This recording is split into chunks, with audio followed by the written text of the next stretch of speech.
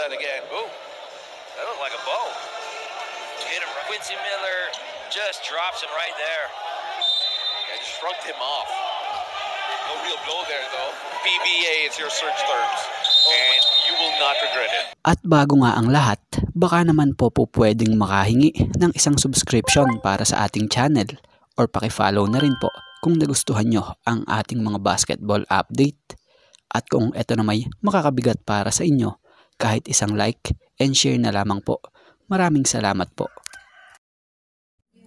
Laban ng San Miguel Beermen versus NLEX Road Warriors sa PBA Commissioner's Cup for 2024-49 season sa elimination.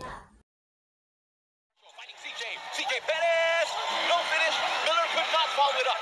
He gets another pop and he finally gets it to go. Lassiter getting that off the Pearl. Trying to get that off the glass and he does. Cation points far. Now goes Juliano. Juliano attacking. Goes inside and evades Watkins. That was quick. Also struggling from the offensive end. Wami Johnson Sa kabuuan ng first quarter pumuntos ng 21 points ang SMB at ang NLEX naman ay 17 points.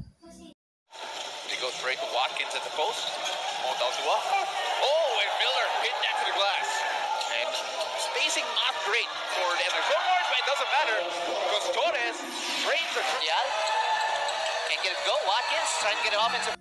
Sa kabuuan ng second quarter, pumuntos ng 32 points ang SMB at ang NLEX naman ay 23 points.